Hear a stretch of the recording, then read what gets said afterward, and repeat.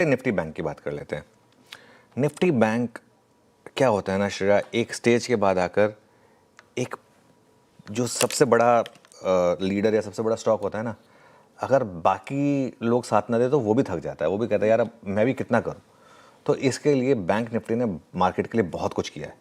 हर बार market को बचाया bank Nifty ने, बेल आउट किया है। इतने बड़े बड़े एक्सीडेंट्स हो गए, कई पहले एक बार इंडसइंड का एक्सीडेंट हुआ था, एक बार उससे पहले बड़े एक्सीडेंट हुए थे, अभी आईडीएफसी फर्स्ट बैंक का एक्सीडेंट हो गया था, एयू बैंक गिर गया था। लगातार इस तरीके के एक्सीडेंट्स होते रहे, फिर भी बैंक निफ्टी नहीं गिरा। बैंक निफ्टी लगातार ऑल टाइम हाई लगाता गया।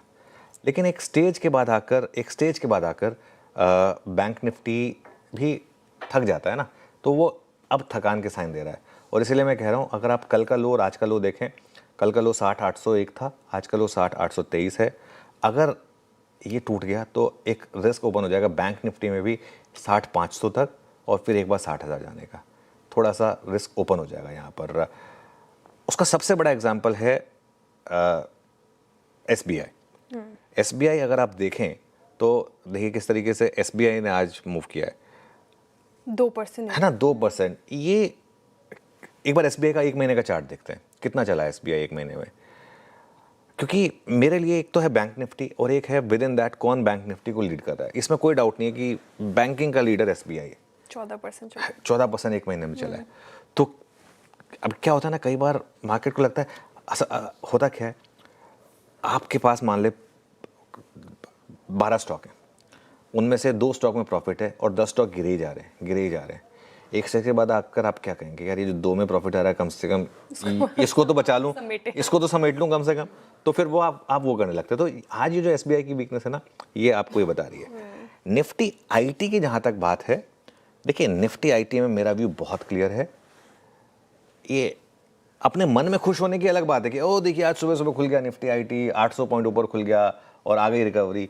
ये रिकवरी पहली बात तो इंट्राडे में ही नहीं टिक पा रही है, और दूसरी बात अगर आप मुझे पूछेंगे जो 29,875 का लो है, मुझे हैरानी नहीं होगी ये टूटे और इससे और लोअर लो बने। ये खराब रहेगा ये मार्केट के लिए, अभी भी मुझे लग रहा है यहाँ सर। तो इसके लिए ये दूसरा एक निफ्टी आईटी पर भी होगा। विद इन निफ्टी आईटी अगर आप देखें, जैसे इन्फोसिस है, मैं हमेशा एक चीज़ कहता हूँ कि जो सबसे बड़ा सेक्टर का बैरोमीटर होता है, बेंचमार्क स्टॉक जो होता है, वो इन्फोसिस है। हालांकि टीसी सबसे बड़ी कंपनी है, लेकिन ट्रेडिंग के पॉइंट ऑफ व्यू से हम हमेशा इन्फोसिस की बात करते हैं एज द नंबर 1 बैरोमीटर। जब तक इन्फोसिस में साइन ऑफ स्टेबिलिटी नहीं आएंगे ना, तब तक बाकी किसी उस पर स्टेबिलिटी के साइन नहीं आएंगे। तो ये इस चीज़ का आपको ध्यान रखना है। तो ये हो गई बात आपकी निफ्टी बैंक और निफ्टी आईटी की। आप अगर मुझे पूछेंगे आज की डेट में भी, अगर मुझे अपना फ्रेश पैसा डालना होगा इवन इस लेवल पर, मैं बैंक निफ्टी में डालूंगा compare to Nifty. Bank Nifty हाँ, अगर मैं तो खैर ईटीएफ की बात कर रहा हूँ, मैं ट्रेडिंग की बात नहीं करता हूँ, लेकिन अगर मुझे अपना पैसा डालना होगा आज की डेट में भी इस लेवल पर भी, तो मैं बैंक निफ्टी में डालूंगा वर्सेस निफ्टी आईटी। क्यों? क्योंकि मुझे पता है कि यहाँ पर फिर भी अभी भी स्ट्रेंथ है compare to Nifty IT. Nifty IT पर मेरा व्यू बहुत क्लियर है।